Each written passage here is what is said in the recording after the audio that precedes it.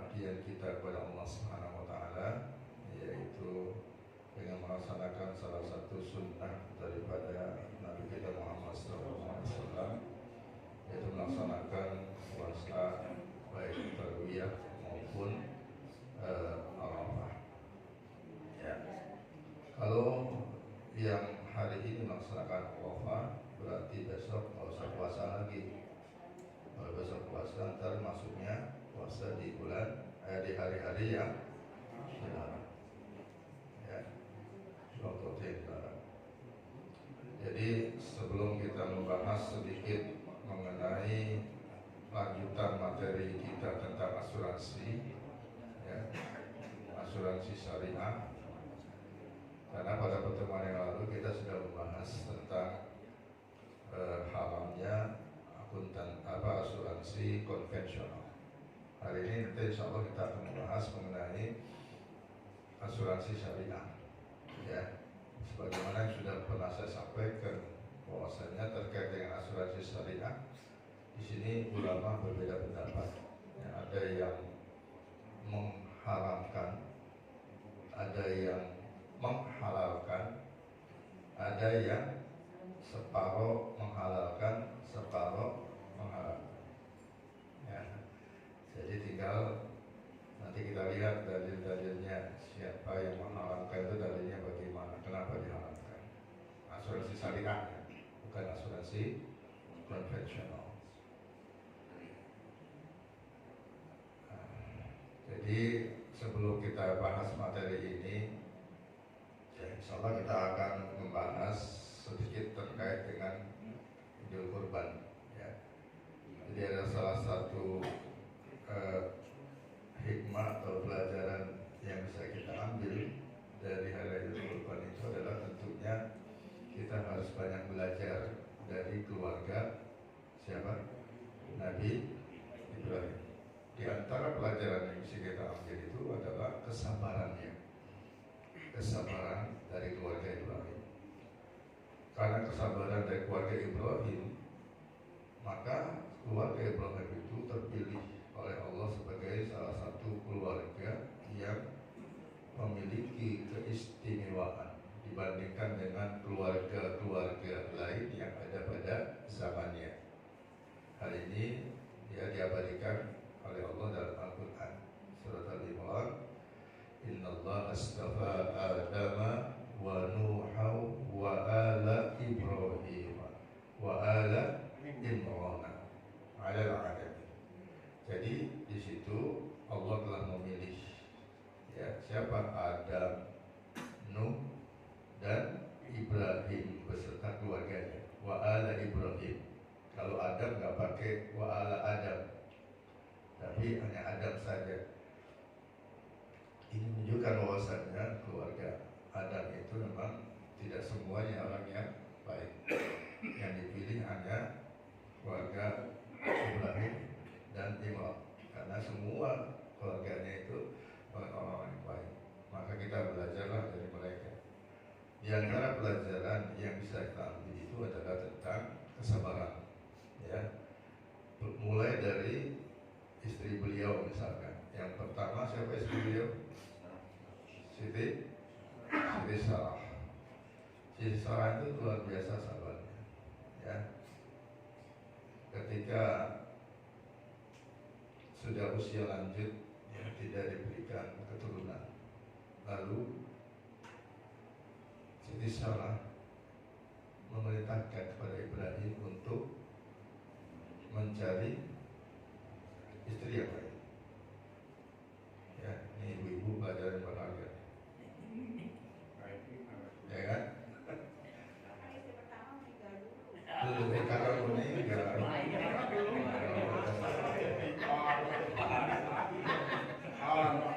belum Siti Sarah itu, ya. Jadi Siti Sarah itu, ya, justru memerintahkan kepada Nabi Ibrahim untuk mencari, mengawini, menikahi. Siapa yang dinikahi? Hajar, Siti Hajar. Jadi Siti Hajar ini adalah budaknya Raja Mesir. Ya. budak, pembantu yang dikawini. Kenapa Siti Sarah mengharapkan Ibrahim menikah lagi? Karena dia sepertinya sudah putus asa sebenarnya kan. Nikah udah lama kagak punya anak, udah lebih dari 90 tahun kagak punya anak. Ayo udah, supaya ada generasi yang bisa meneruskan dakwah Nabi Ibrahim, kepengen sekali ya Sarah ini punya anak laki-laki, dan beliau nggak bisa memberikan anak, sehingga akhirnya memerintahkan Ibrahim untuk menikahi Hajar.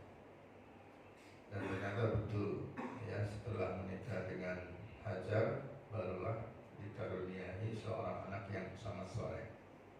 Nah, hal ini diabadikan oleh Allah dalam Quran surat Fussilat ayat yang ke-101.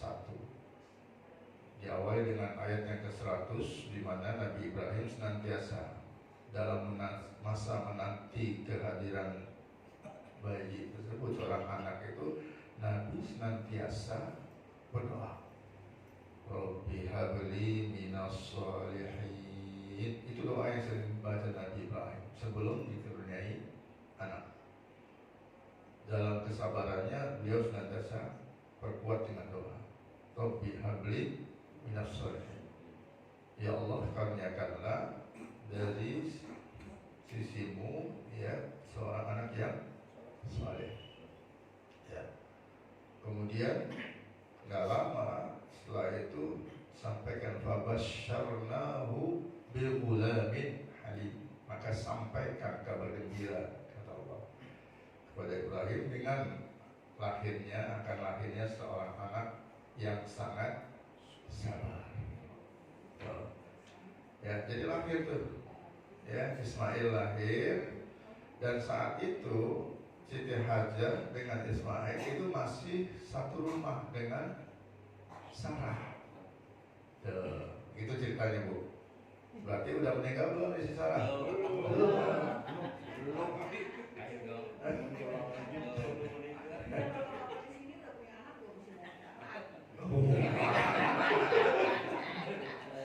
Ya. Iya, udah punya anak masih mau nikah lagi ya. Nah, yang belum punya anak maksudnya gitu ya. Atau yang anaknya baru satu, susah banget ya baru satu lagi.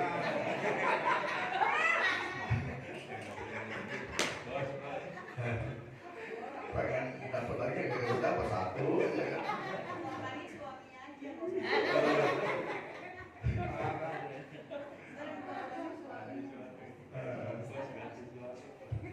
Baik. Nah, jadi setelah hidup berdampingan Siti Sarah dan Hajar yang memiliki anak Ismail, ya, ini ternyata wajar lah ya, adanya suatu kecemburuan, ya, ada kecemburuan juga. Masa sih yang memang anak itu cuma Hajar, ya, sementara Sarah nggak punya anak, cemburu, ya. Nah, di saat cemburu itulah Allah perintahkan kepada Nabi Ibrahim untuk ngapain? Untuk pergi keluar dari rumah tersebut, ya, keluar. Nah, setelah keluar diperintahkan untuk hijrah gitu ya. Diajaklah Hajar dan Ismail yang masih kecil, masih bayi, pergi, ya. Setelah itu di perjalanan sampai suatu tempat yang sangat tandus, ya. Kemudian Nabi Allah Ibrahim berkata, Rabbana inni askantu min zurriyyati biwadin ghairi dzi zar'in inda baitikal muharram. Ya. Ya Allah, sesungguhnya aku menempatkan ya anak keturunanku ini di suatu lembah yang sangat tandus, ghairi dzi zar'in, tidak ada tanam-tanaman, tidak ada tumbuhan, inda baitikal muharram, di samping Masjidil Haram, ya, gitu. Nah, ketika ditinggalkan satu lembah yang sangat tandus itu, kemudian kemudian Hajar kan bingung ini. Lah, ya wahai suamiku, kenapa engkau tinggalkan aku di tempat yang begitu tandus kering, nggak ada kehidupan sama sekali di sini, nggak ada tanda-tanda kehidupan sama sekali. Tapi Ibrahim diem aja. Ditanya kenapa, diem aja. Bahkan Nabi Ibrahim terus meninggalkan semakin jauh. Siti Hajar dan Ismail yang masih bayi. Sampai dikejar, kemudian ditanya, wahai Ibrahim, wahai suamiku, Allah wa'amaruka bihada. Apakah Allah yang memerintahkan kamu harus melakukan ini?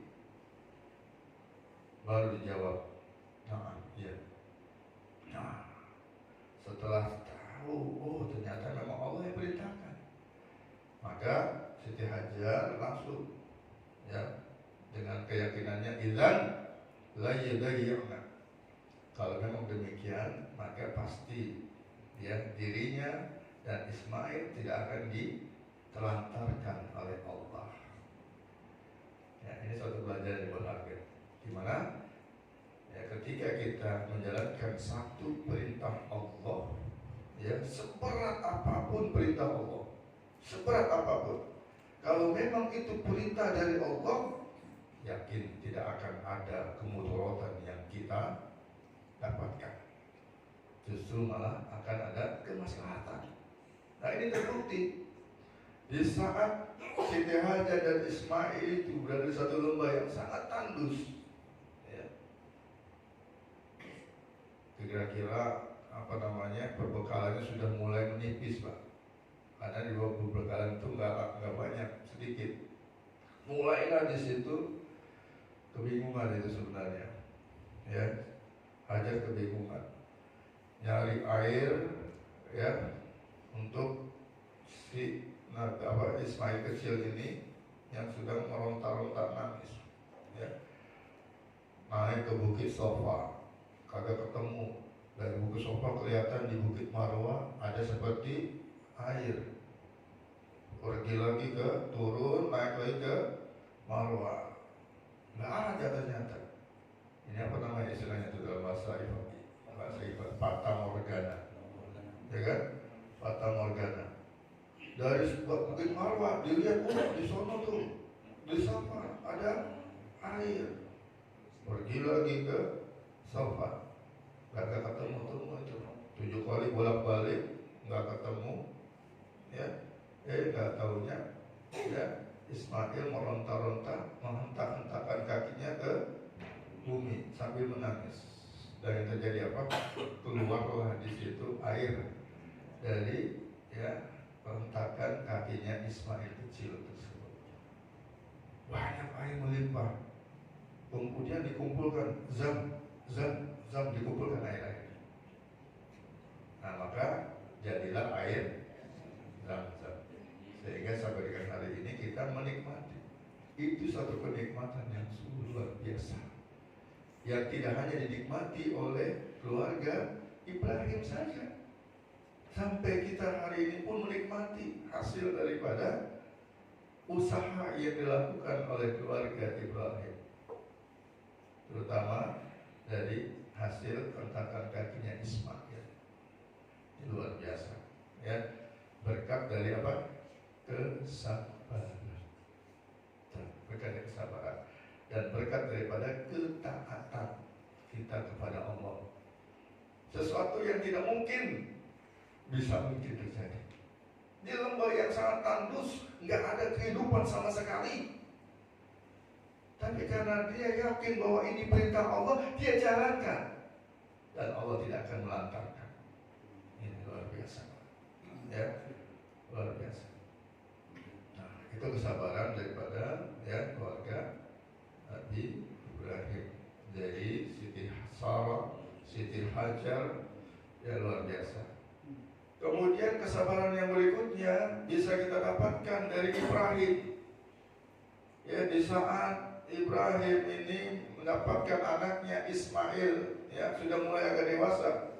Ini kan setelah pergi Ibrahim lama nih, kagak boleh nengok Ismail nih, kagak boleh sama Allah, nggak boleh, kangen dia, lihat dari kejauhan, ya sampai akhirnya diizinkan untuk bertemu dengan Ismail yang sudah mulai ya usianya seperti usia ya inilah Rizki gitu kan, yang udah bisa bantuan ayahnya ya. Nah, sedang bermanfaat sekali anak tersebut buat ayahnya. Namun apalagi Allah uji lagi dengan ujian yang datang.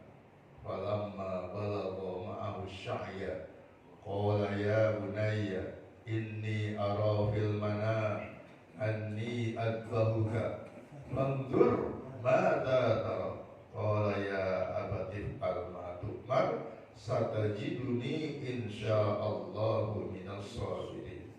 Ya.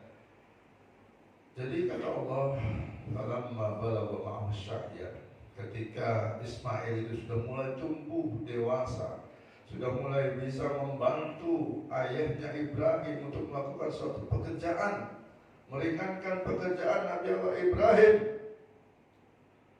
Qala ya bunayya, wahai anakku, kata Ibrahim, inni ara fil manam, sesungguhnya aku melihat dalam tidurku, alias mimpi.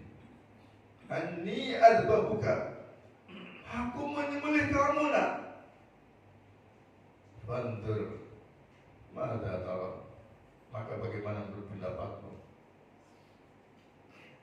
Lalu apa jawaban Ismail kecil saat itu? Apa jawabannya? Ya. Qala ya abati fa'al ma tu'mar, wahai ayahanda tercinta, kalau memang itu diperintahkan oleh Allah, sekali lagi, kalau memang itu diperintahkan oleh Allah, if'al ma tu'mar, kerjakan apa yang diperintahkan oleh Allah, kerjakan. Lagi-lagi ini lebih berat lagi. Kalau tadi disuruh tinggalin, ya, ini sekarang suruh bunuh. Masih kecil disuruh tinggalin di lembah yang tandus. Dia udah mulai dewasa disuruh bunuh oleh Allah. Bayangkan, ya. Tapi karena ini perintah Allah, Ismail yang memang betul-betul Allah lahirkan sebagai anak yang sangat soleh, maka saat itu jawaban Ismail luar biasa. If'al ma tu'mar, kerjakan apa yang diperintahkan oleh Allah. Satajiduni insyaallah minas sabirin, niscaya engkau akan dapatkan aku menjadi bagian daripada orang-orang yang sabar. Nah, jadi ini sekali lagi pelajaran yang luar biasa. Dengan kesabaran itu dan kemudian ketaatan, kesabaran dan ketaatan kepada Allah, maka Allah kasih lagi hadiah. Kasih lagi hadiah. Hadiahnya apa? Falamma aslama wa tallahu liljabin wa nadainahu ya Ibrahim qad saddaqta ru'ya inna kadzalika nazil muhsinin. Ya. Wa fadainahu bi dzibhin 'azim wa tarakna 'alaihi fil akhirin salamun ala Ibrahim. Tuh, ini ada dua nikmat yang Allah berikan kepada Ibrahim atas ketaatannya. Ya. Nikmat yang pertama apa? Saat mau disembelih itu Ismail berubah, diganti sama Allah. Apa? Dengan domba yang sangat besar. Wa fadainahu bil dzibhin 'azim, diganti dengan domba yang sangat besar yang azim. Nikmat. Ismailnya tidak kena luka sedikit pun, ya kan? Tapi dikasih domba, diganti sama domba yang besar. Dan nikmat yang lain dari kesabaran Ismail dan Ibrahim itu Allah katakan wa tarakna alaihi fil akhirin. Nabi Ibrahim namanya itu diabadikan oleh Allah, ya, kepada umat-umat yang terakhir. Sehingga nama Ibrahim itu senantiasa kita baca di dalam salat kita. Ya, jadi kita diperintahkan dalam salat itu bukan cuma bersalawat kepada Nabi Muhammad, ya, tapi juga bersalawat kepada Nabi Ibrahim. Kata kalimatnya salamun ala Ibrahim dalam Quran Fussilat itu. Ya, berikan salam sejahtera, salawat kepada Nabi Ibrahim, itu perintah Allah. Wa tarakna alaihi fil akhirin salamun ala Ibrahim. Allah perintahkan kita untuk membaca salawat kepada Ibrahim.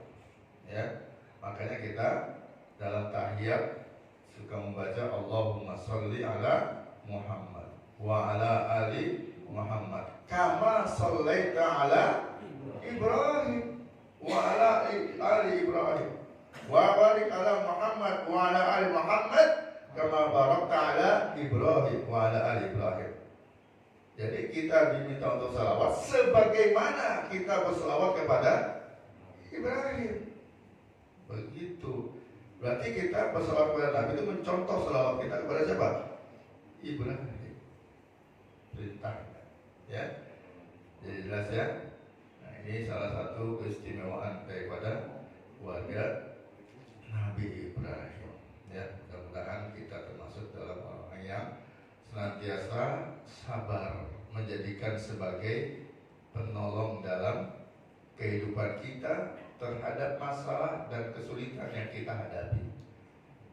Allah Subhanahu wa taala berfirman dalam Quran surat Al-Baqarah pada ayat yang ke-45, "Ya ayyuhalladzina amanu ista'inu bis-sabri was-shalah." Minta tolonglah wahai orang-orang yang beriman kepada sabar dan salat. Ini maknanya apa? Allah kasih nasihat kepada kita. Kalau kita punya masalah dalam kehidupan kita sehari-hari, kalau kita punya kesulitan dalam kehidupan kita sehari-hari, saya yakin dan percaya yang hadir ke masjid ini semuanya pada punya masalah. Betul kagak? Ada yang masalah ekonomi, ada yang masalah kesehatan, ada yang bermasalah dengan anak, keluarga, ya enggak? Ada yang bermasalah dengan apa lagi? Kawin lagi. Suami kawin lagi, ya kan? Terus ada yang bermasalah. Pokoknya banyak sebuah masalah yang hadir di sini pasti punya masalah. Saya yakin dan percaya ada di antara kita yang kagak punya masalah. Yang kagak punya masalah cum. Ada? Kagak ada. Ya? Nah kalau kita sudah punya masalah, maka kita cari solusinya. Solusinya yang paling tepat itu ikutin apa yang Allah perintahkan dalam Al-Quran tadi, yaitu dengan apa? Sabar dan sholat. Sabar dan sholat, ya. Sholat tiap hari kita lakukan 5 kali. Ini kalau yang kita lakukan 5 kali doang, ini belum minta tolong dengan sholat, belum banyak, kita masih kurang. Karena kewajiban. Kalau mau jadikan sholat itu sebagai pertolongan, tambahin. Minta tolongnya itu pada saat di luar sholat yang wajib. Sebagaimana yang Nabi lakukan ketika perang Ahzab, perang Badar. Ya, Nabi Muhammad itu senantiasa minta tolong dengan sholat itu supaya menang dalam peperangan, baik perang Ahzab maupun perang Badar dan perang-perang yang lainnya. Bangun tengah malam, minta sama Allah supaya selesai, keluar dari kesulitan, keluar dari masalah hidup. Itu solusinya, sholat, ya, minta tolong. Kemudian dengan sabar, ya, dengan sabar. Nah, kata kunci sabar itu, kalau memang ingin sabar ini menjadi wasilah sebagai penolong kita itu, maka ketahuilah, ya, sabar itu bisa kita dapatkan manakala kita yakin dengan Allah bahwa sesungguhnya segala masalah yang hadir di tempat kita saat ini, di dalam diri kita saat ini, di dalam keluarga kita saat ini, Semuanya itu adalah takdir dari Allah. Ini kata kuncinya. Ya, sebagaimana Allah yang sudah memberikan satu sinyal. Wala nabluwannakum bisyai'in minal khawfi wal ju'i wa naqsi minal amwali wal anfusi was thamarat wa basyiris sabirin. Ya. Jadi memang Allah sudah kabarkan itu. Ente manusia, hambaku yang hidup di muka bumi, pasti ente akan dapat yang namanya masalah. Pasti ente akan dapat yang namanya kesulitan dalam hidup. Dari mulai kesulitan secara fisikis, kejiwaan, di mana ente mempunyai rasa takut yang berlebih, gelisah yang berlebih terhadap sesuatu yang belum terjadi pada diri kita. Ada yang takut mati, betul gak? Ada yang takut sakit, ada yang takut miskin. Nah ini lebih parah lagi nih. Ini orang yang takut miskin ini dia punya gangguan kejiwaan. Ya, siapa di antara orang takut miskin itu siapa? Yang punya gangguan kejiwaan ini siapa ini? Yaitu di antaranya adalah orang-orang yang diberikan kelapangan ekonomi, kelapangan rezeki, tapi pelit. Kagak mau sedekah, kagak mau infak, kagak mau zakat, kagak mau korban. Korek. Ini punya sakit jiwa. Orang yang kehidupannya mampu tapi kagak mau korban, ini sakit jiwa. Ya, hati-hati. Ya. Ini nggak ada. Nggak ada. Adanya di situ. Ada di situ. Ya, jadi hati-hati. Ya. Psikis diuji oleh Allah, kejiwaan kita diuji oleh Allah. Kemudian fisik kita, khauf, kelaparan, itu bukan dengan fisik. Wa naqsi minal amwal, dikurangi harta kita, finansial kita, wal anfus, jiwa kita, kesehatan kita, kematian saudara kita. Wasamarat, dikurangi nikmat buah-buahan, kesejahteraan hidup kita dikurangi oleh Allah. Ini sudah merupakan takdir Allah. Makanya kata Allah, wa basyiris sabirin, sampaikan kabar gembira buat orang-orang yang sabar. Siapa orang-orang yang sabar itu? Orang-orang yang ketika mendapatkan penderitaan tadi, kesulitan tadi, dia berkata, qalu inna lillahi wa inna ilaihi raji'un. Jadi harus kita hadirkan pertama kali bahwasanya seluruh masalah ini, seluruh kesulitan ini hakikatnya adalah milik Allah. Allah yang menghadirkan dan semuanya akan kembali kepada Allah. Ya, kembali kepada Allah. Jadi kita kalau kita sudah punya keyakinan seperti itu, maka insya Allah ketika ada masalah seberat apapun masalah itu, kita yakin bisa lebih tenang dalam menghadapinya. Ya, nah, mudah-mudahan kita termasuk dalam golongan orang-orang yang diberikan ketenangan oleh Allah dalam menghadapi musibah dan musibah yang datang menimpa kita.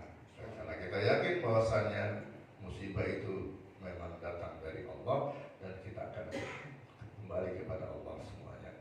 Baik, itu mungkin sebagai prolog.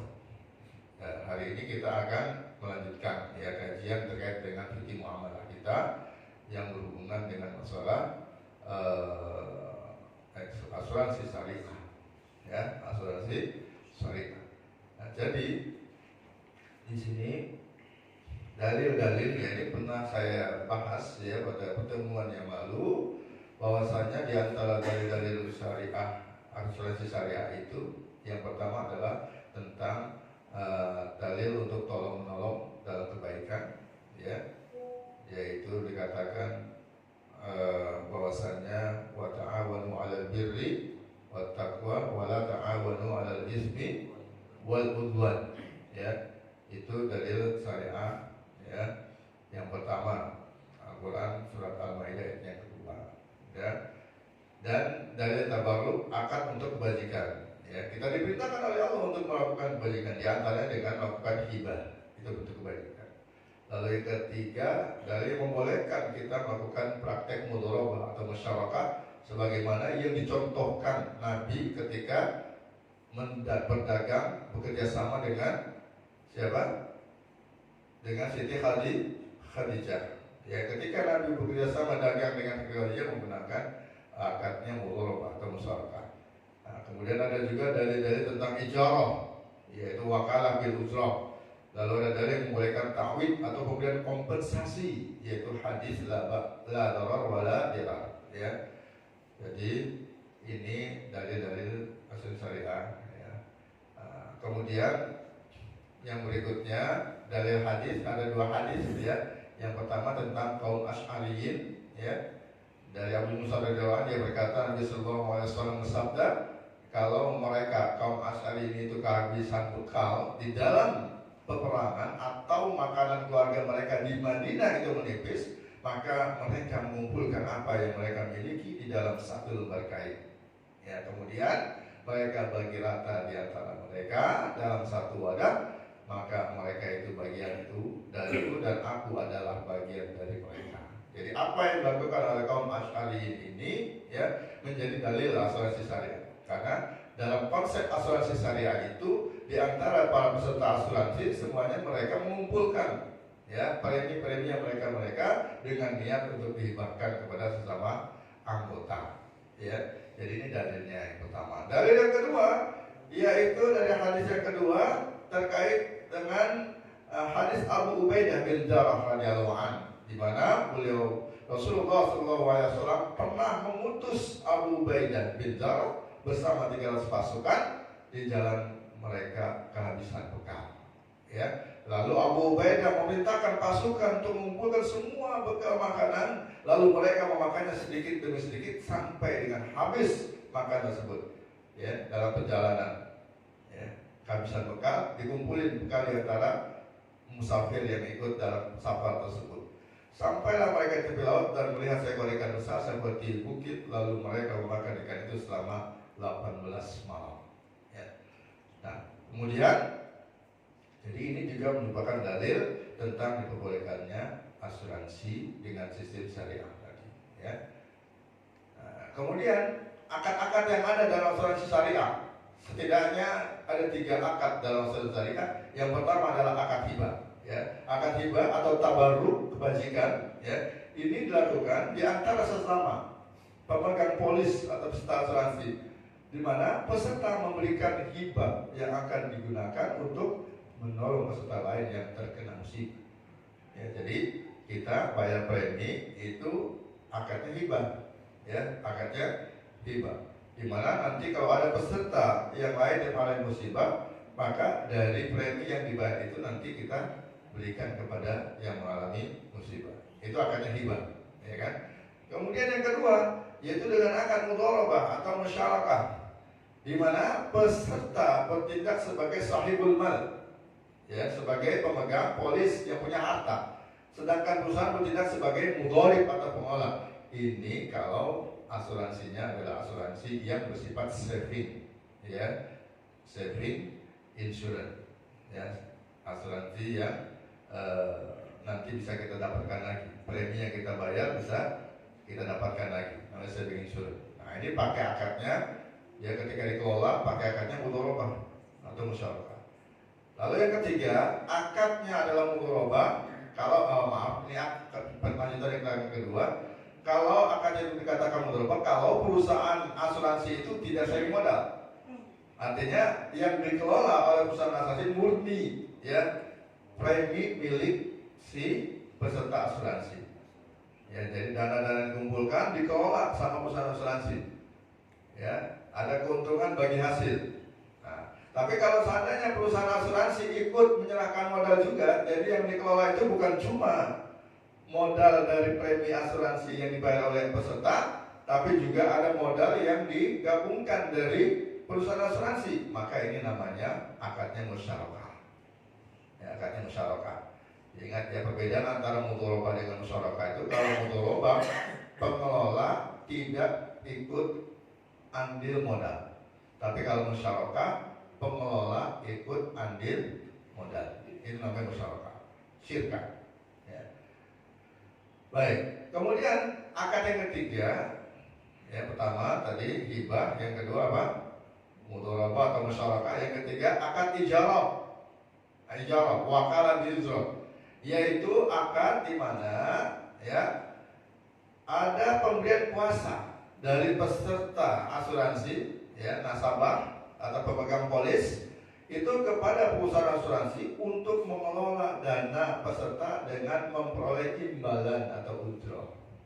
Contoh, kita bayar premi misalkan untuk asuransi non saving, ya, yang tidak untuk dikembalikan lagi gitu kan, tapi dengan akadnya tabarru atau hibah, ya.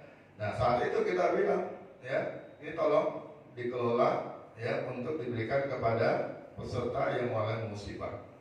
Nah karena kamu mengelola dana ini, ya maka kamu mendapatkan imbalan ujroh, ya. Karena kita kan nggak bisa ngurusin tuh anggota yang sakit, ya udah kita serahkan kepada perusahaan asuransi untuk mengurus siapa di antara peserta asuransi yang sakit, kemudian berapa dikasih nilainya, nominalnya. Nah itu diserahkan kepada perusahaan asuransi untuk mengelola dana tabarruk tadi. Maka karena jasanya tadi mengelola dana tabarruk, dia dapat ujroh, ya dapat ujroh atau upah, ya.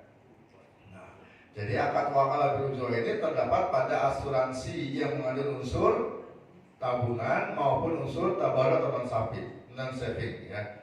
Nah, jadi kalau yang saving, ya ujrohnya itu juga sama, dia mendapatkan juga karena dia mengelola dana tersebut. Tapi sebenarnya kalau untuk yang saving itu tabungan, ya bukan ujroh yang didapatkan, tapi bagi hasil, karena di dalam akad asuransi yang bersifat tabungan di situ ada pengelolaan dalam bentuk mudharabah, dalam bentuk musyarakah. Maka si pengelola dalam hal ini perusahaan asuransi dia mendapatkan bagi hasil dari pengelolaan dana mudharabah ataupun musyarakah tadi, ya. Nah ini akad-akadnya. Nah, secara umum bagaimana kita bedakan antara asuransi yang syariah yang non saving dengan yang saving, ya. Kalau yang non saving, seluruh premi yang dibayarkan peserta asuransi itu menjadi dana tabarruk atau hibah.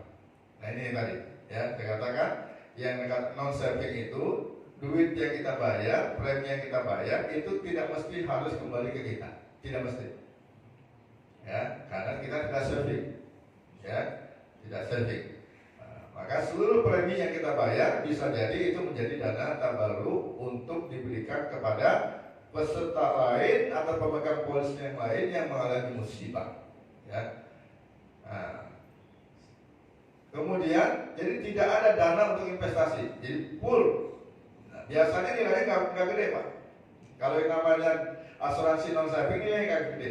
Ya contohnya bapak bayar asuransi mobil, ya. Ini asuransi mobil termasuk asuransi non saving. Ya, non saving.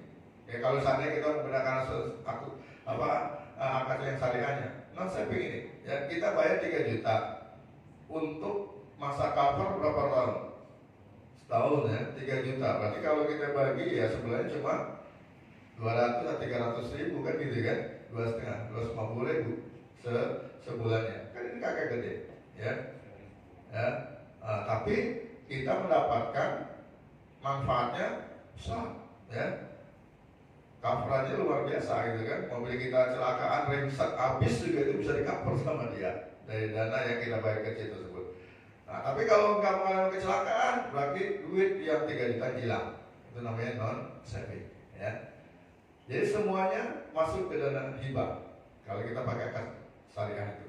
Tidak ada untuk investasi, tidak ada, ya. Tidak ada dikelola untuk investasi. Lalu pengelolaan dana tabarruk tersebut dan aktivitas takaful saling menanggung di antara peserta dijalankan oleh perusahaan asuransi. Jadi yang menjalankan adalah perusahaan asuransi. Siapa yang menanggung, siapa yang ditanggung, ya berapa nilai tanggungannya, itu yang ngatur semuanya adalah perusahaan asuransi, ya. Lalu perusahaan asuransi karena dia memberikan jasa pengaturan tadi, pengelolaan tadi, berhak untuk mendapatkan ujroh atau fee dari pengelola dana tabarruk tersebut berdasarkan akad wakalah bil ujroh, ya. Dan peserta akan mendapat dana pertanggungan dari dana tabarruk tersebut sesuai dengan ketentuan yang ada, ya. Misalkan setiap yang kalau yang celakanya itu nggak sampai mati gitu ya, kecelakaannya nggak sampai mati, cuma cacat, dapatnya sekian, ya kan? Kalau yang mati dapatnya sekian, misalnya. Nah itu adalah salah satu bentuk pengolahan dari dana tabarruk, ya, dana tabarruk. Ketika kita membayar asuransi kecelakaan, ya. Nah, baik. Kemudian yang berikutnya. Pada asuransi non saving ada dua akad, yaitu akad pertama hibah, hanya ada dua akad nih, yang non saving, ya. Dan akad yang kedua adalah akad ijarah, wakalah bil ujroh. Ya, jadi kita akad hibah bayar premi pakai akad hibah, ya. Kemudian ijarah itu akadnya ketika kita menyerahkan kepada perusahaan asuransi untuk mengelola, ya, dana premi kita diberikan kepada para peserta, ya, yang mendapatkan musibah. Jadi ada khilafiyah memang di antara fuqaha apakah hibah itu akad atau bukan akad, ya. Nah, di sini kalau seandainya dia diangkat sebagai akad berarti harus ada dua pihak dengan ijab dan qabul. Tapi kan dalam asuransi syariah tidak ada, ya. Kita ijabnya ke siapa? Ya kan, qabulnya siapa yang terima? Nggak ada. Bukan perusahaan asuransi tidak menerima qabul, tidak. Ijabnya kita kepada siapa? Orang yang mendapatkan musibah. Tapi orang yang dapat musibah kan nggak ketahuan. Maka ini nggak dikatakan sebagai akad, ya.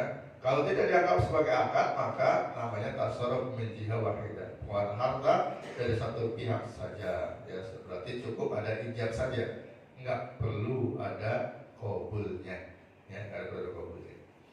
Baik. Kemudian yang berikutnya kita lihat bagaimana praktek umum asuransi syariah dengan sistem saving, ya. Jadi premi yang dibayarkan setelah asuransi pada perusahaan asuransi dibagi dua, ya. Ada dana untuk tabarruk dan ada dana untuk investasi. Ini kalau yang saving, ya. Contoh, Bapak misalnya buka tabungan haji, ya, buka tabungan haji, ya. Ketika buka tabungan haji itu kita ditawarkan untuk apa? Ketika bayar pertama kan kita bayar kuota dulu kan, porsi haji, ya, berapa? 25 juta. Setelah kita bayar porsi 25 juta, terus ada yang nawarin gitu kan, mau ikut nggak asuransi hajinya, gitu. Nah, asuransi haji ini maksudnya apa? Kita disuruh, ya, membayar premi selama 5 tahun. Per tahunnya itu preminya 25 juta. Berarti selama 5 tahun 125 juta.